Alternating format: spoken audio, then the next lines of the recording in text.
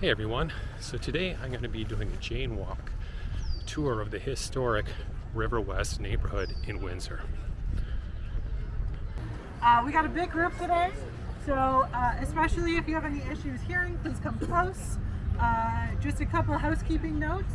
We're going to be walking along sidewalks, we'll be going down a hill today, we're going up a hill today, going through alleys, we're going everywhere. So if you're down for a good time today, we're going to have a lot of fun, and we're going to explore this neighborhood together. So every year I've been hosting a Jane's Walk since about 2015, and I've been the organizer of the festival since about 2018. So every year it's been really important to me to share where I live, and since 2015 that had been downtown. I lived on Park Street for many years, and downtown has always been such an important part of my life and where I live. And I'm very happy. Me and my boyfriend have just moved into our first house, and in this economy, it's worth popping about, certainly. So we're part of this amazing new neighborhood. So if everybody from Oak Street and Elm Street can just raise their hands. So I feel so fortunate to be part of this Avenue. Sorry. Oh, okay, can we go to the chant?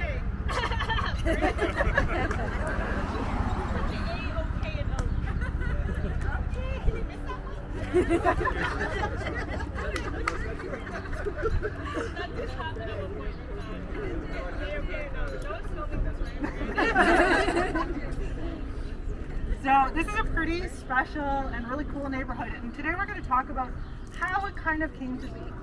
And this was a mystery for myself. This is a new neighborhood for me. I, like any good nerd, when we first got the house, I made an appointment with the city archivist, like a normal person does, and learned that the house is from 1912, and that just really sparked a lot of curiosity in me about how this neighborhood came to be. We're in a really interesting place in the world. This street right here has been so important to people for about 10,000 years. We have evidence of indigenous people using this area for a millennia. And an interesting part of this is that it's a bottleneck, right? So if you're going through any of the Great Lakes, you have to be coming through Detroit. So for indigenous people, this was a summer hunting ground. This was also a very sacred place because it meant you came through the Great Lakes safely. So it was a really important place, and it still is today. When the French came, they set up Fort Detroit over there, partially because it was the wider part of the water, so it was easier to see what was coming down the water. If you have a military fort, that's a good thing to have. Also, it was a higher ground too. We're in an old marsh, we're still in a marsh, and that was an important feature to have something a little bit higher up. So, which brings us to today and this walk. We're really going to be focusing more on about the 1850s to the 1920s. So around that time, because I think it's a really interesting time right then. So if we're thinking of the 1850s, this is a really small village. This would have been the very western part of Windsor. Wouldn't have been called that at that point. Different names for it at that time would be the Ferry or South Detroit. They had different names for it, and Windsor didn't come to be until a little bit later. And it was a strategic point where more French people are coming. It was a little kind of spit little village, and that really changed when the railroad came.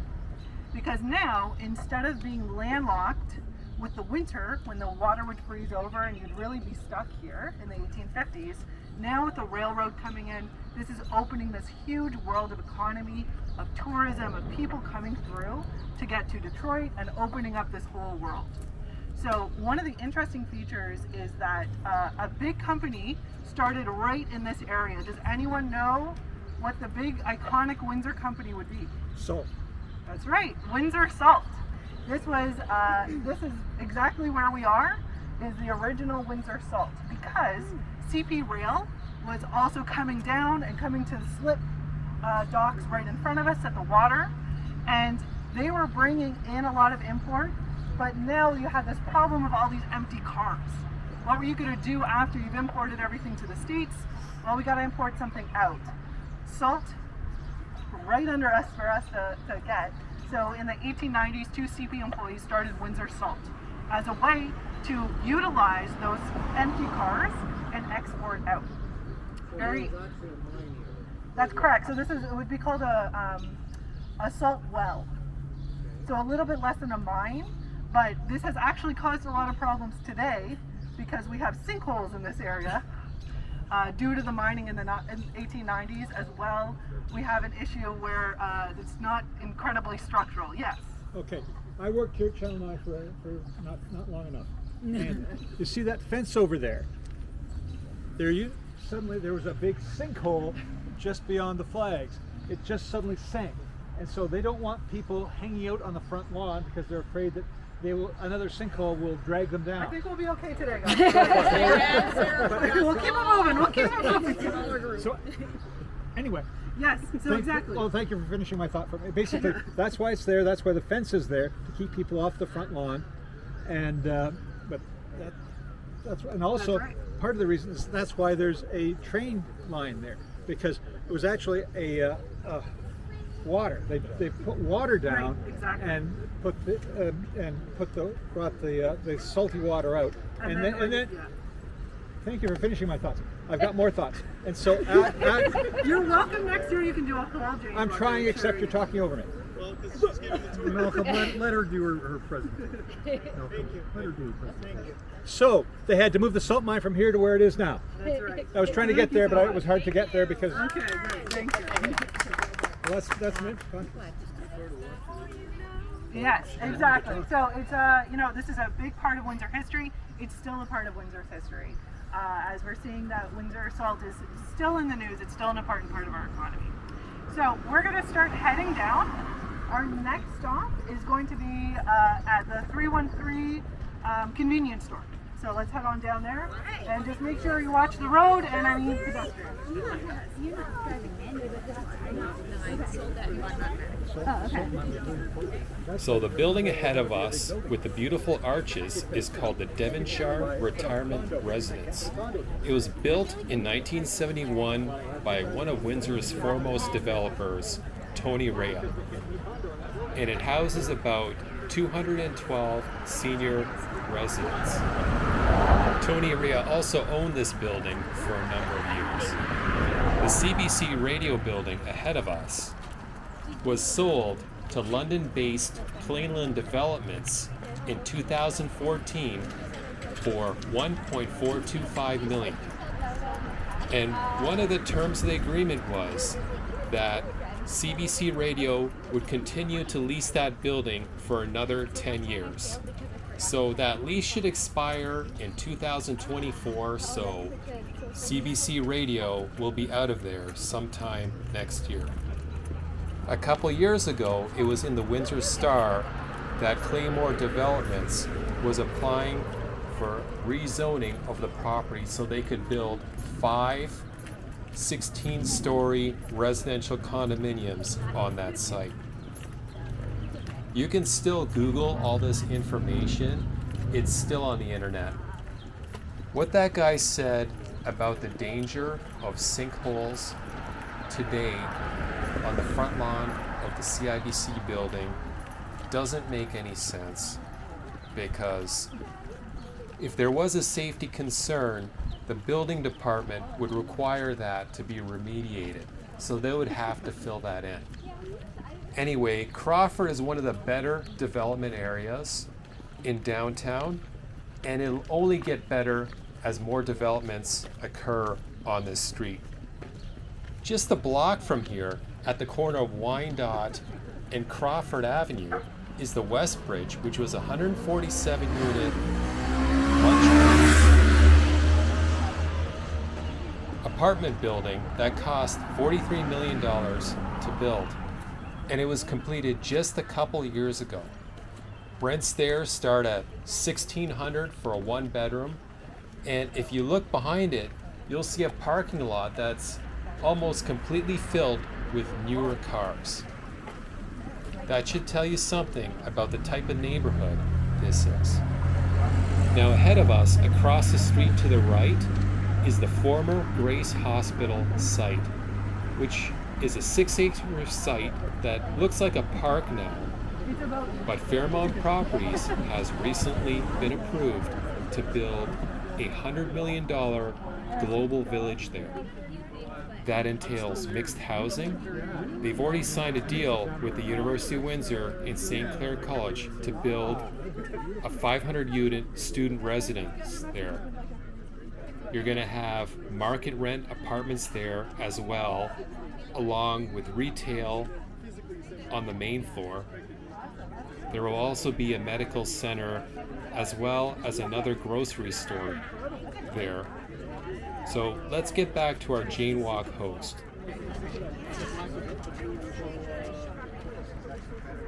All right, everyone. Welcome to a corner of, this used to be Windsor's most, oh, well, all right. The beautiful characters here. Windsor's finest. Yeah, it's true. We have a lot of feral cats in the neighborhood. So we're going to look over at this house over here. So this belongs to a former Windsor mayor that we might know as a downtown building. Does anybody know? This is Mayor Cleary's house. So Mayor Cleary was the mayor 3 times over in Windsor. He was one of the founding members of the Children's Aid Foundation in Windsor and the Essex Historical Society. The house is built in 1896 in a Queen Anne style. And it was a very grand place. This, along Crawford, we had a couple mansions, we had a couple bigger houses, and this was a special place too.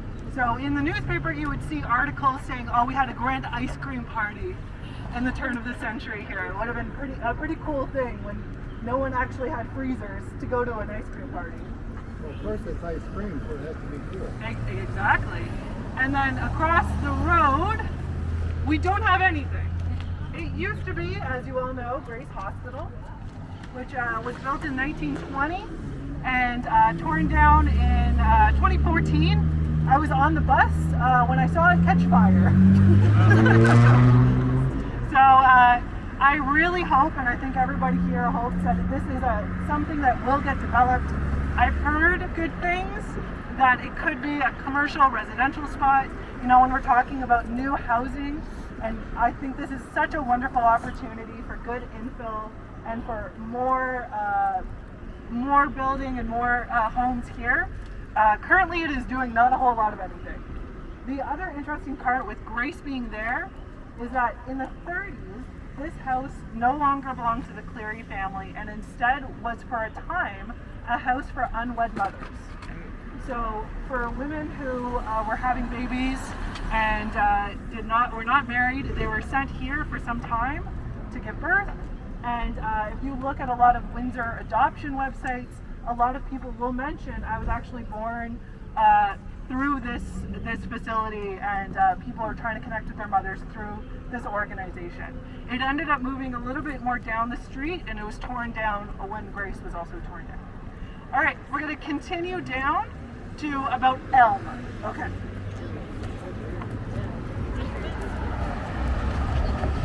If you drive a car, beware. The University Crawford intersection has a red light camera. The fine is $325. This is one of 10 intersections that are part of a 10-year, $22 million traffic safety improvement program that started in 2021. Now, the 313 convenience store on the right is open 24 hours a day, and you'll notice that there's graffiti on the side of it. So I think this is intentional because they have cameras all around that store. To the right, you have Marina Fish and Chicken, which is a Lebanese restaurant that has hundreds of 5-star Google reviews. So you should check it out when you're down here. It's changed its name several times. Before that, it was a Rise and Shine, and then before, it was Skippy's Restaurant.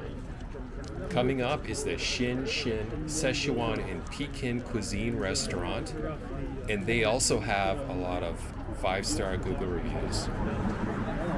This restaurant's been around here for a long time, quite unlike this next one, which is Paratha Indian Cuisine.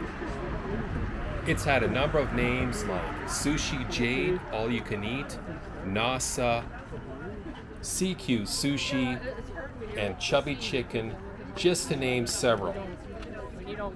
This cross street is Oak Street. You've got Marta Management, and across the street you got 3 more restaurants: Ming Kitchen, Mingli Vegetables, and Neo Cafe. Neo Cafe used to be some kind of Greek restaurant. I never went in there because the sign was written in Greek and everything was posted in Greek, not English. That just didn't seem very welcoming. These next 2 buildings coming up till the end of the block are just offices, but according to Google Maps, it says that the Thai boxing gym moved to this last building here from Wyandotte. And interesting to note is that on the left is University Ave, and it's 3 lanes each way, so a total of 6 lanes. And that is because there used to be streetcar lines running up and down University Avenue. A fun fact, Windsor had the first streetcar lines in Canada from 1886.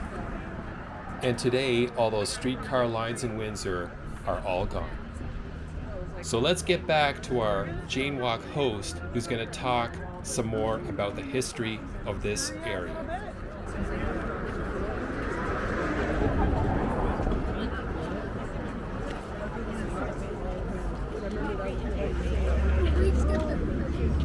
Is everyone having a good time so far? All right, so we're going to look across the street right now to the Windsor Chinese Baptist Church, which is a bit more of a reflection of the population today. Originally, this church was built in 1910 as the London Street Methodist Church. So University Avenue used to be called London Street. Very regal, good coronation name. And this church was built in 1910 in the Gothic style, Gothic revival style, which I read on architectural websites as a pointy style. So it's a good pointy church. And it was huge in the papers. People were saying how proud they were of this church. It cost $10,000 to make in 1910, which is pretty impressive. And half of all of the labor and all of the supplies were done by the parishioners. So throughout Jane's Walk, we've gone to a lot of these churches where you can tell that the parishioners are doing all of the carpentry, they're doing the mason work, they're doing all of this stuff, and you can really imagine what that would be like to have literally your sweat, your work into a building that you're part of. This was also a lot of people a part of this church were part of the temperance movement in the turn of the century as well. So that was a big, both religious movement, but also a feminist movement too. So you would see a lot of women who were involved in temperance. So that was part of that. We're also going to look across the street, and you would think, office building, how boring. But this is a very cool one. This is on the heritage list. It used to be the tax office here in Windsor, and it was built in the 50s by the same architectural firm that would do all different kinds of post offices and different types of offices and government buildings like that. And we're very fortunate right now is that there is some development coming into this block. We're going to talk at the end of it. We're going to go down a hill. Very exciting in Windsor, guys. It's big news to go down a hill. When I said that, I'm like, oh, we're going down a hill on my walk. People are like, where is there a hill? We were going to go find the hill. So as we're walking down the street, take a look to the right, and you're going to see some very cool development that's happening right now. And hopefully we'll see even more. So let's go down the hill, everyone.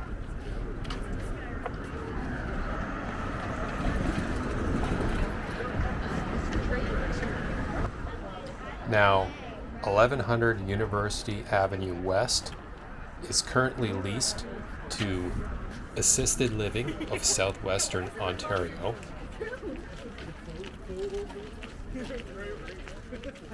Across the street at 1139 University Avenue is a new halal restaurant called Canteen and Cafe. On Google reviews, I do see a lot of 5-star reviews. To the right is the Graffiti Project, which is a heritage brownfield redevelopment site. The history of this site dates all the way back to 1783, when it was a horse-drawn passenger carriage operation. There was a proposal to build a 123-unit apartment building directly behind it, but because it's a brownfield site, it's still unclear whether this will happen.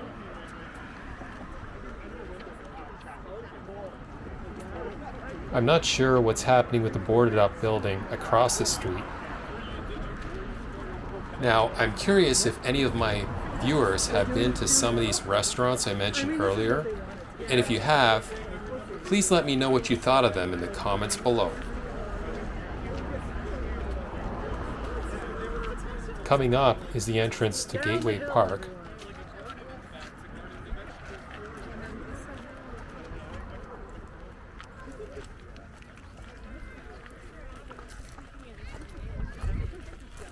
A decade ago, this brick wall was painted white and the paint was peeling and it looked hideous. This is a huge improvement for the area. This is now a really nice trail to walk through. There used to be a lot of trees and overgrowth here. Gateway Park begins at 1271 Riverside Drive and runs nearly 1 kilometer south to Wyandotte Street, divided by University Ave.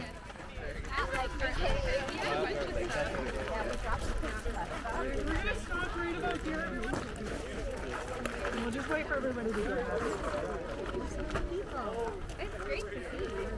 The very exciting hill. You can really feel it.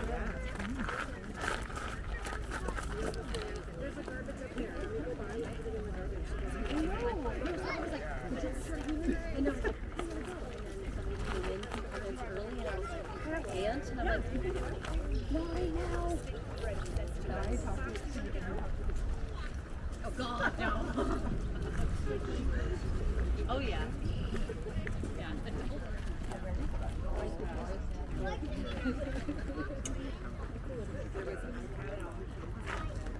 All right, so some very cool development that's been happening in that block. It's really wonderful to see. I know for a lot of us, it's when you hear about development, you're like, oh, let's see what happens. So it's nice to actually see things come together like that. This is the junction. So for the Sandwich, Windsor, and Amherstburg streetcars, this is where they were held and repaired. That was an electric rail line, which is very exciting. It would be exciting today if they put it in. It was exciting then when they put it in. You have to imagine how different that world would have been from going on a horse, going on foot, to being able to go on an electric rail line. It would have been really incredible and a lot less messy. So that would have been pretty exciting too. The main purpose is that these lines would go down University, or London Street at the time, but before that it was a private route to get to the Brighton Beach Mineral Springs. So what do we know Brighton Beach for today? A lot of industry. There's a lot of, the new bridge is coming there. It's not exactly what we might think at the time now as like a beautiful spa, but at the time it was a mineral spring and it was used as a vacation resort, and it sounded like a pretty fun time. A lot of the news articles at the time talked about how much fun there were races down there and swim meets and all of this fun. Also during Prohibition there were a couple busts over there, and as well in Sandwich for people who were keeping liquor not on private premises but out there. So this is an important part, and then we are here down in one of the old rail lines. So this is, I actually got to talk to my friend Dana and Fox and Ripley's grandpa about this. He was a railroad engineer who also ran the rail yards in Windsor and southwestern Ontario, and we talked a lot about what this would have been like and how different it would have been. This was man-made. This cut, this is not, nature did not make a rail line for us. So again, that is the Industrial Revolution that brought us here. And then what's, with this, sorry, to jump around a little bit, with the junction, this later became Transit Windsor. So when the electric cars kind of wrapped up in the 30s, it then moved over to buses, which is now we have the remnant of that company, which is Windsor Transit. This park has been redeveloped since 1999. Does anyone, I know we have a long-time residents here, did anyone work on this park? On volunteering for it? No, that's okay. In 1999, Jack Renner, who was a local realtor, purchased and came in with a deal with CP Rail because this had been an abandoned line, and he came in to help bring it together. This is supposed to be we have some Japanese cherry blossoms here, and it was supposed to connect with our sister city in Japan. So I think probably 25 years later, we might want to be planting some more native species here, but we do have some cool Japanese trees, and a couple weeks ago, these were all in bloom, and they were really beautiful. So as we walk down, take a look. It's a really cool park that I never really explored until I moved a couple blocks west, and there's even a trail up at the top. It's a nice place for city bird watching, so let's walk on down and check it out. Question before we move on. Yeah. This belongs to CP Rail. Yes. Doesn't CP Rail own the other line that's maybe 500 meters from here to the west? So I'm not sure, it changed hands quite a bit. I think CP owns that. Now technically the city owns it. No, I appreciate that. Yeah, It just but I seems think CP odd to me also owned that. That they would have two. Originally it was not so CP. As it kind of conglomerated and became, I think CP acquired that.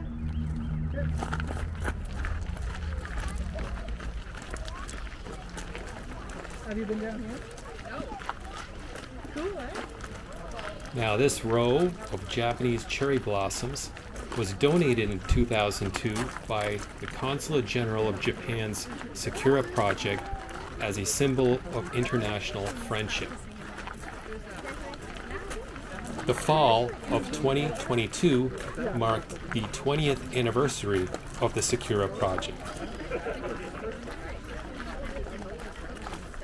The Detroit River Tunnel Company, which is controlled by Canadian Pacific Railway, retains ownership of the land, and the city signed a 99-year lease for the land to use it as a park.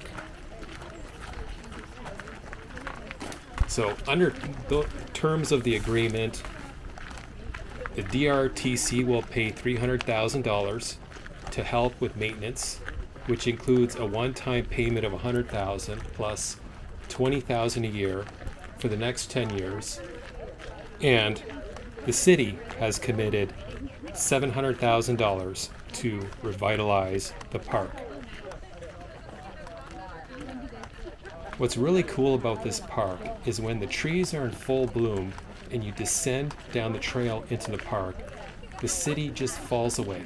The buildings disappear behind the cherry blossoms and the other trees along the embankments. The noise from the traffic above fades, and you can hear the birds sing. It's almost like you're off somewhere in the county. You can just feel a strong, genuine attachment to the space because of how unique the space is. Ahead of us is the Portofino condo tower. Imagine how the tree line would hide it once those trees are in full bloom. It's a very unique oasis running through a bleak stretch west of downtown.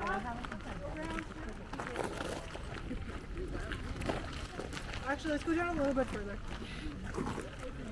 So look at those buildings down here. This trail connects residents from the inner city to the riverfront in a really cool way. In a way, it reminds me of Detroit's popular DeQuindre Cut, the former railway cut that takes pedestrians and cyclists from the Detroit riverfront to the Eastern Market.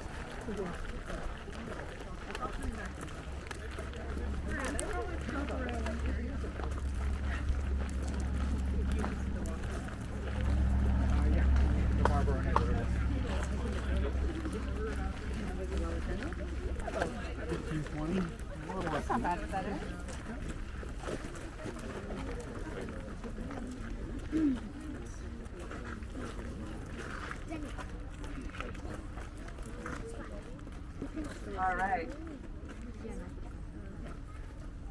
We have a pretty innocuous looking building over here. This building still links us to our rail history, because this building is the exhaust for the tunnel. The first crossing over to Detroit was built in 1910. It was a rail tunnel, and it still is a rail tunnel. So it's still operational. This is how trains get to Detroit, is right under us right now. So originally, when we had steam trains, you could not really put a steam train down a tunnel. That did not work super well. So luckily, we had the technological advance of the electric rail. So the electric rail would bring over the trains over to Detroit through under here.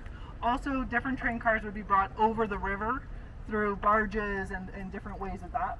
But when trains became diesel, we now had an exhaust problem.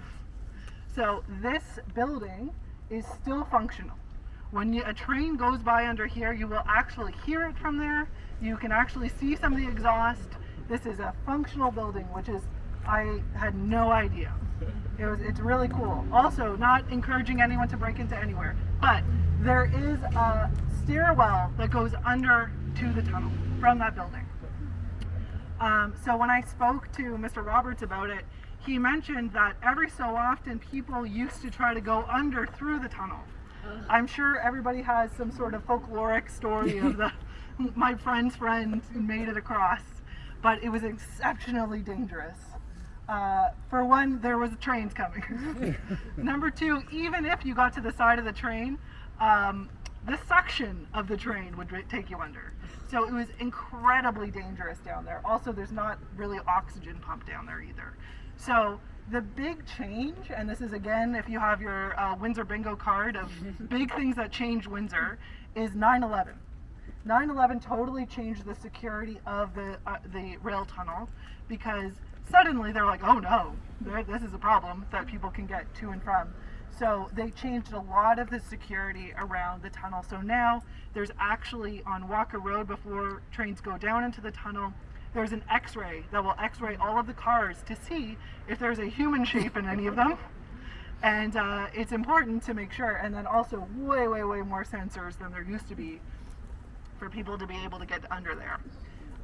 Does anyone have any questions so far? I know we've been kind of breezing along. Yes, David? They actually raised the roof by chipping the concrete on there's two tunnels and side by side and well joined, and they raised the roof on the one half so that the larger cars can go through. That's right, yeah. So it's incredible how infrastructure from 1910 is still being used every day, and how just chipping away at it, you can still keep it going.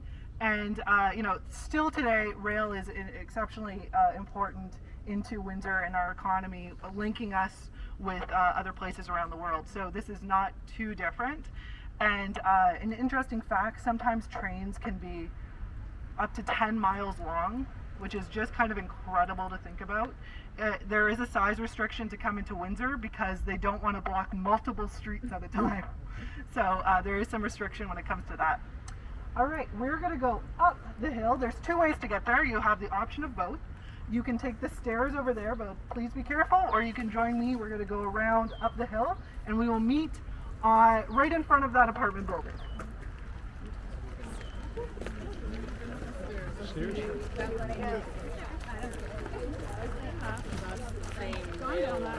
Where you have the bridge on Hart. You were here, or did they just start when you I love the atmosphere of this place. I can already imagine riding my bike along this smooth gravel path that takes me up to see a beautiful view of Windsor's waterfront, along with the magnificent Detroit skyline.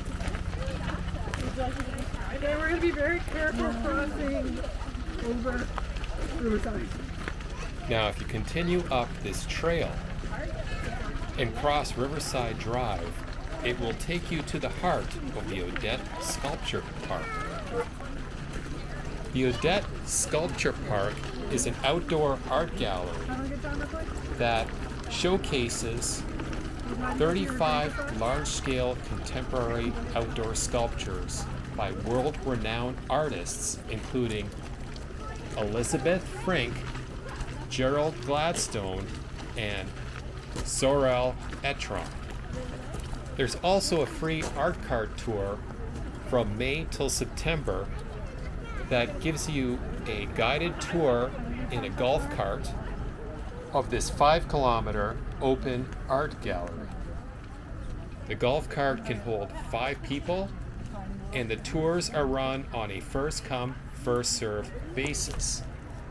And they depart from the base of the Great Canadian Flag at the foot of Olette Avenue. It's also possible to make reservations for fee-based tours offered outside of the public tour hours. My favorite sculpture was this bronze sculpture called Anne by Leo Moll. However, this sculpture was moved from very close to here down to Coventry Gardens by Glengarda Condos. While Coventry Gardens is along the riverfront, it is not walking distance. You will either need to take a bus or drive your car to get there. If I check Google Maps on my cell phone, it says the distance between Gateway Park and Coventry Gardens along Riverside is 6.5 kilometers. If you haven't done this already, please click the thumbs up button because it helps with the algorithm. To the right is the beautiful elliptical shaped Portofino condos at 1225 Riverside Drive West. This award-winning 200-foot tower, about 17 stories, was built in 2007.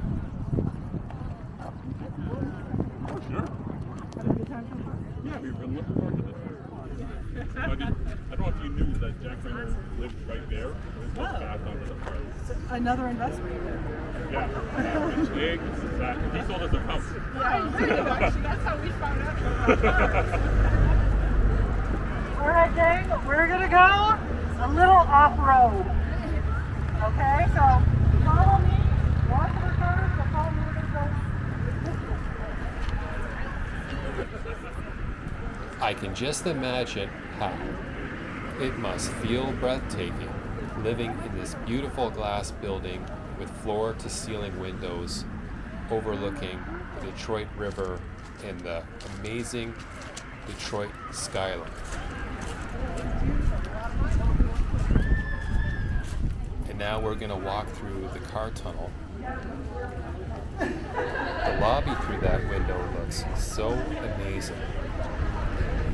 This tunnel is so clean, neat, and spacious. And coming up is the outdoor parking lot with an entrance to the underground parking garage.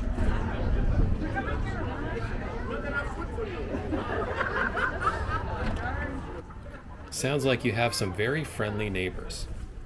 Now we're headed back to Crawford Avenue where we started this chain walk, and this only covers part of the best area of River West downtown. I did a video back in January of the University to Crawford to Riverside to Jeanette section of River West, and if you include Jeanette Avenue from Riverside to University all the way to Gateway Park, this is where virtually all the new development in downtown is happening. At Jeanette Avenue and Riverside Drive, which is a few streets past that white apartment building ahead of us, London developer Shmuel Farhi was approved last December to build a 28-story, 166-unit residential tower at a projected cost of $100 million. All right, everyone, we're crossing this, but look below. These are the old tracks. Watch your footing. This imprint, where the streetcar tracks used to be, look pretty cool. Going back to what I was talking about earlier, Farhi's project is bigger than the recently built Westbridge apartment building at Wyandotte and Crawford. If you divide 166 units into 100 million, you're talking about an average of 600,000 a unit. So these will be some really premium units on Jeanette Avenue. Compare this with Westbridge's 147 units, which cost 43 million. If you divide the two numbers, Westbridge costs 292,000 on average a unit, about half the price. The Westbridge apartments are itself considered premium units. He also owns the Doubletree Hilton and the Best Western Plus towers in the heart of downtown, so he has the resources to build this new tower. Late last year, he completed a renovation of the Radisson Hotel into the Doubletree Hilton at 333 Riverside West at a cost of $25 million. That's 200 feet tall, the same height as a Portofino, and 19 stories, originally built in 1989. So let's go back to our Jane Walk host. There's a very old building behind that flowering tree. If you all can come over here, you can see this brick building right here, this brick home. So on a heritage registry, it said a building from about the 1850s. Start looking into it. I'm like, I think I know who lives there. So I messaged my friend and I said, do you live there? And he said, yes. Is this for your Jane's Walk? And I said, yes. And he said, well, I have a lot of information for you. So my friend Aaron Mavernack lives at this house and he's been doing tons of research into his own house. So sometimes it just takes a weird message on Facebook to unlock all of this. So we are standing at the linchpin of this neighborhood. The reason for this neighborhood is this house right here. This belongs to the Janice family. The Janice family were one of the first families to settle on this side of the river. So, does anyone have a last name here that's also a street? That's a good Windsor question. Okay, we got a couple. Yeah. And that was because if you have a last name that's a street in Windsor, that means you probably came from a farm family that were some original settlers who ended up selling their farms for development. So we got Goyot, Ouellette, Maroncette, Caron, and then we have this home here. So this belonged to the Janice family home. The first home that was here was from the 1750s. The house burned down in 1866, and this home was rebuilt in 1866. Inside is totally gutted. I went to go see it this week. It looks like it was in the 80s. But the foundation of the house is still from the 1700s, which is amazing. So I went down there, and what you can see are beams that are hand cut. So you can see the axe marks in these beams. You can see that they have the bark still on them, which means that they were not manufactured in a mill. These were people who were clearing the land and building their own homes. It's really incredible. So the reason Crawford was the western border of Windsor, the reason that this was not developed into the 1890s is because a very stubborn family lived at this house. And they did not want to sell their property at all. And they had an incredibly large property. So, live-in farms were a French style of farming where instead of having large blocks, everybody has their own square, you would all share the river. And all of these houses would be very close together, maybe 3 blocks between them, but incredibly long. One concession, the first concession, is the river to Tecumseh. Second concession goes to EC Row. Third concession, Cabana. The Janice family had 3 concessions. So when they sold their farm in 1890, they were selling from the river to Cabana. It's incredible to think about how much that actually is. So this family did not want to sell. Things were developing all around them. Sandwich was probably pretty mad about the whole situation because they were getting cut off from any development that was coming down from the rail yard. Wasn't allowed to go much further because Janice was not interested. did not want to sell. Actually, there used to be a mansion where this apartment building was that was built around the 1860s for $5,000 because when this burned down, they needed a little bit of cash. And they were able to sell one tiny piece of land for that mansion that would sit right there for $5,000, and that house was built for $5,000 in 1866. So for having the amount of space that the Janice family did, they were quite cash poor. Being farmers meant that you did not have a lot of money at any point. It was all very much tied into your crops. It's really incredible to think about what this house has seen. That in the 1700s, when it was first built, we would be looking at orchards here with livestock, and going down you would have more farmland. And as the city was building up all around them, they kind of kept their own little pocket. In the 1890s, when a lot of the original family had kind of died and they finally decided to sell, they sold the land for $50,000. A lot of money in that time, but they actually kind of got screwed over. They sold it to CP Rail, who then sold it to a developer for a lot more, and the parcels of land that then became developed were sold for a lot more. So really, they didn't get the best deal in the world, but they were able to, kind of carry on and be. But we still have this amazing house that exists, which brings us to Oak Street and Elm Street. These houses were developed because the Janice family sold their farm.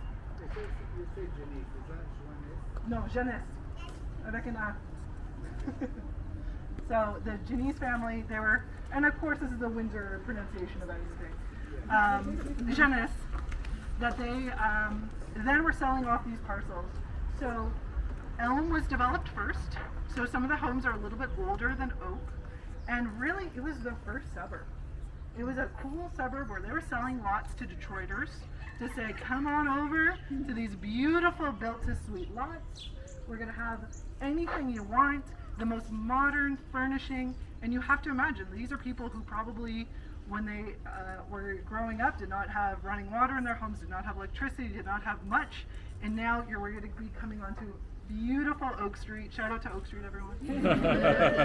So let's go down, and about halfway we'll stop, okay? Yeah.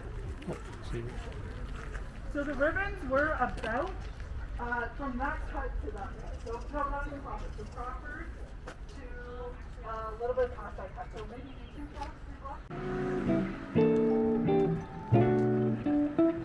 So this is the house from the front.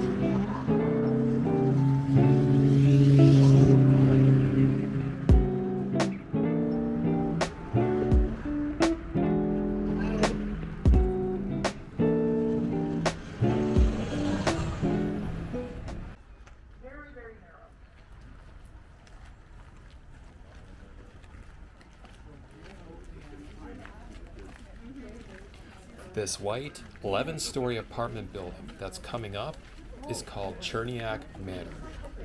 It is a 117-unit, geared-to-income apartment building for seniors 55 years and up, located at 120 Oak Avenue, and is run by the Regent's Windsor Essex Community Housing Corporation. Next, we are going to walk south down Oak Avenue, which is lined with a lot of beautiful historic houses. What I like about historical houses on a street is that it connects the past with the present day like a bridge. And when you look at these historic houses, you just feel that sense of nostalgia. It's hard to put into words, but it's just that feeling that connects you with the past. It's almost like you're adding another dimension to what you're seeing, where you can think about people who lived here many years ago and what you're seeing today.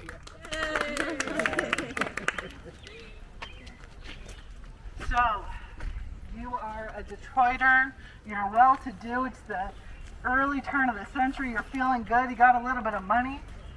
you're going to buy one of these beautiful plots of land. You're going to be building your house exactly to suite. You're going to have all of these nice furnishings, these nice additions that you can help increase the value of your home. If you have a little bit of money, for our house, one of the things that they added on were a lot of beautiful wood trim, beautiful wide staircases. Those are all extras. So very much like you're building a house in LaSalle, or we have the new hospital who's coming up, you want to be built to suite beautiful homes. You're looking at a beautiful craftsman home, American craftsman style home. And a lot of them you will see are quite similar, but a little different, and also have the historic differences, right? So let's say a couple years later, an asbestos siding salesman comes around and convinces you and a couple neighbors to put some asbestos siding on there. You want to put a little bit of stucco on your house. You want to put a new porch. So you have to imagine that in the early 1910s, all of these houses would, and still are, beautiful custom homes that would be about $2,000 to maybe $3,000, which is a nice price, pretty good. And it's very funny if you look in the archives, which we did, you will see during the Depression, those prices dip right down. So you're maybe buying this house for $1,700. An American craftsman, this type of style was a direct kind of conversation reaction to the Victorian style. When the Victorian style had a lot of embellishments and turrets and fancy things, American craftsman style really was saying, let's just get down to the actual craft of making a home. Let's feature the features of the house, like beautiful carpentry, beautiful stonework, and really focus in on that with clean, simple lines like this that really make these homes such a beautiful thing. So American craftsman style really started around the turn of the century till about the 30s. So as we walk down beautiful Oak Street, maybe we can have shout outs for our neighborhood homes. These are all about that period. So we're gonna walk and then we're gonna cross and go back down Crawford. So, shall we?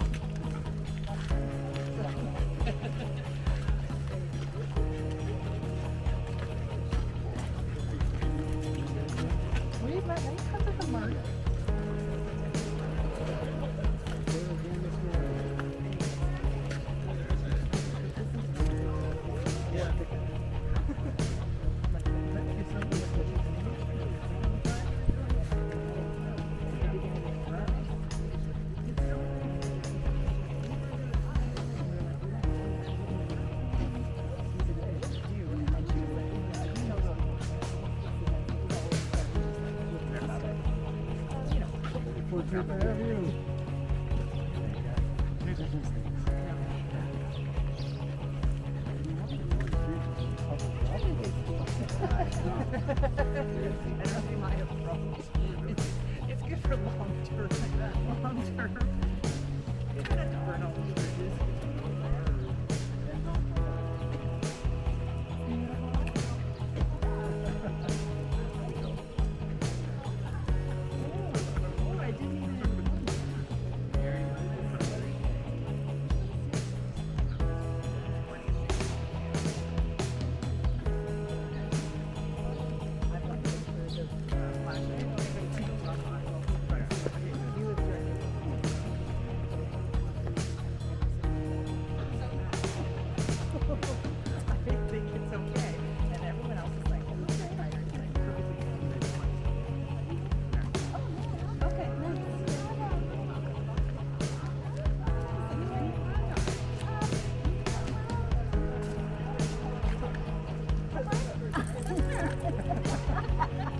Chip off the back deck, and then you gotta go around the corner, and then you're onto the green.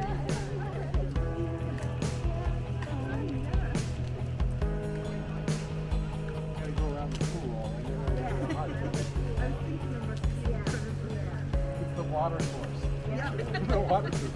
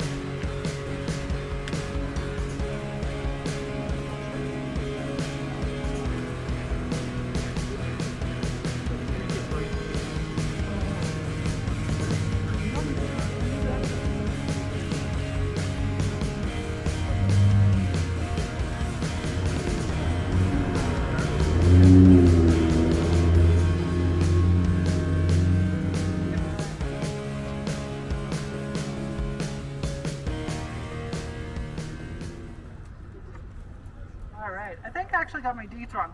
So this house is from the 1860s. This is from 1869. The house I'm going to talk about is this house right here. So this house. Which house? Sorry. So this brick house right behind me, 261. So this house is from the 1890s, and this was the Lowell house. And what's interesting about this family is, what's interesting about a lot of the neighbors in this neighborhood is that a lot of them worked for the rail yard. Makes a lot of sense that you would want to be working for Michigan Grand or Grand Trunk or CP, because like jobs are today, it's proximity. Nobody had cars. So if you're going to get to work, you got to walk to work. So all of these neighbors, I thought at first, you know, when I asked Mr. Roberts, I said, oh, did people come to this neighborhood to work on the rail? And he said, no. More likely, it was people who lived in the neighborhood saw that there were jobs on working for the rail yard, so that they would start to work here. So the Lowell house is one of those houses, just like many, tons of homes on Elk and Oak, that these were multi-generational families where the men all worked in the rail, and they would start from a low position and work their way up. So this house, one of the members of this house was named Arthur Happy Lowell. That was his nickname. He was an artist. He was someone who worked on the rail for his whole life. And he had a really interesting job that served a function. So before telephones became a thing, before alarm clocks became accessible, how did you know when to go to work? You should have peed at the window. There's two different names for it. A call boy was the name. Okay, we're gonna hear some tittering and some laughter. A call boy was one. The other was a knocker-upper. This is a term that was used in factory towns, was used in rail towns, as someone whose job it was to knock on your door, shoot a pea at your window, tap on your window, and wake you up. Wow. So a call boy, so knocker-uppers, that was in England up until the 70s in some towns. They had knocker-uppers, which is kind of incredible. If some old fart working at a factory said like, yeah, I'm not getting an alarm clock, you still have to come to my house. But a call boy had an interesting function. You were coming in from, let's say, London or Toronto or Kingston. Your train got in at 10 a.m. and things had to move around. It's a long process to get a train ready. You're not leaving until 4 or 5 in the afternoon. How do you know? How do you know that your train is ready? You're not kicking around all day. You might go to the bunkhouse, which would have been a cool hangout spot. Well, maybe not cool and hangout, but it would have been a hangout spot where you could get a bed, you could get some food, you could be at and be ready, where the call boy would come around the bunkhouse and come to get you. Or if you lived in the neighborhood, on their bikes, teenage boys would come around and knock on your door. The exception was you had to live within 2 miles of the train yard to make sure you got this very nice service of knocking on it. Also, these kids knew everybody's business. This would be the kid who knew where everybody was sleeping, where everyone was sleeping, with whom everyone was sleeping, because you might have a different family in another town, you might be doing a lot of different things, you might be at a bar, you might be here, you might be there. So this was a job that then became an administrative job with just guys on the phone. The other cool kind of technological gap was there used to be things called call boxes. And there was a call box at the end of this street. And again, this was, you did not have a telephone and your house was on fire. How do you let the firefighter know? You would go down to the call box, and this would be a telephone that would go directly to the fire hall. And this still kind of exists in a couple different fire halls, where there's still a telephone on the outside of a fire hall that goes directly inside as an emergency line. So you needed to live in pretty close proximity to a call box, just in case there was an emergency. You could run down the street and let everybody know. All right, we're going to finish up the tour at where we started, right at the CBC.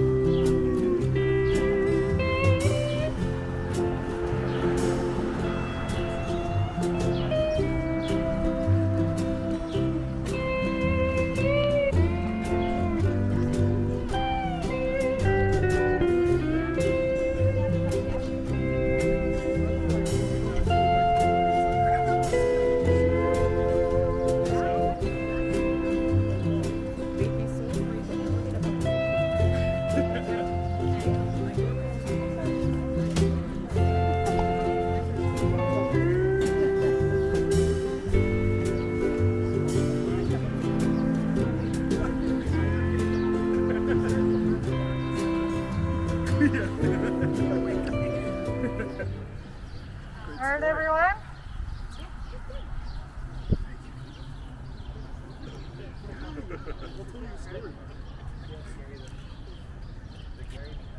Well, I want to thank you all for coming today. We're ending here in front of the beautiful CBC Building. As you all know, this used to be CKLW, the Big 8, and this is their home. And we're ending here on this iconic building. And I just want to thank you all, and thank you all for coming and enjoying this neighborhood. It's been such a special place for me, and to learn so much about it, I really appreciate that. And to all my neighbors, I really appreciate all of you for coming out too. So thank you so much, everyone. That concludes the 5th day of Jane's Walk. We have one more day tomorrow. Walter, would you like to talk about your walk tomorrow? Round of applause for Sarah.